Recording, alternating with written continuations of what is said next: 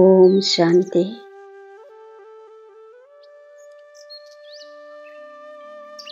ഓരോ ശക്തിയും കാര്യത്തിലുപയോഗിച്ച് അഭിവൃദ്ധി ചെയ്യുന്ന ശ്രേഷ്ഠ ധനവാനും വിവേകശാലിയുമായി ഭവിക്കട്ടെ.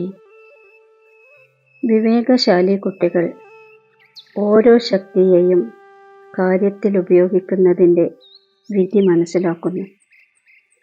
എത്രത്തോളം അവർ ശക്തികളെ കാര്യത്തിലുപയോഗിക്കുന്നു, അത്രത്തോളം ആ ശക്തികൾ അഭിവൃദ്ധി പ്രാപ്തമാക്കുന്നു. ആ തരത്തിൽ ഈശ്വരീയ ബഡ്ജറ്റ് ഉണ്ടാക്കുക.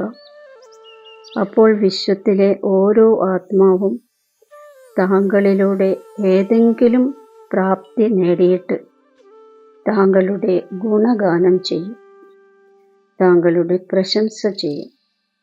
എല്ലാവർക്കും എന്തെങ്കിലും കൊടുക്കുക തന്നെ വേണം. മുക്തി നൽകിയാലും ശരി, ജീവൻ മുക്തി നൽകിയാലും ശരി.